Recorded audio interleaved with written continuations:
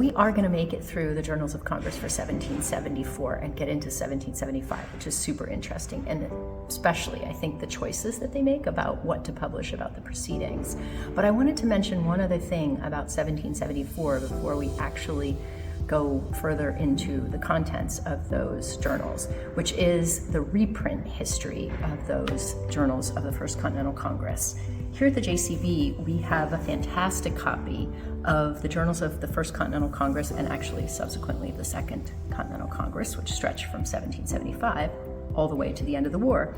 But this particular copy was reprinted in 1800. It was a whole initiative in 1800 to reprint those, thinking that people would care about this particular history, which indeed I believe they did.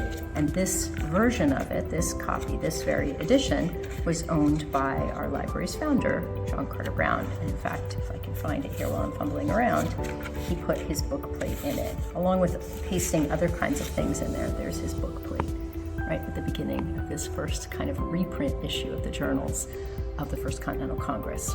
But also, in 1904, the year that this library was built, the Library of Congress committed to reissuing the journals of the Continental Congress. And in fact, they did a little bit of a combo platter. They pulled material from different sources to try to create a kind of authoritative edition of what the Continental Congress was up to. And it's really a fantastic multi-volume series, many volumes, stretches along the long part of our shelves here. But it's a really terrific volume, and it even shows, if I can find this, some of the manuscript from which the journals were printed.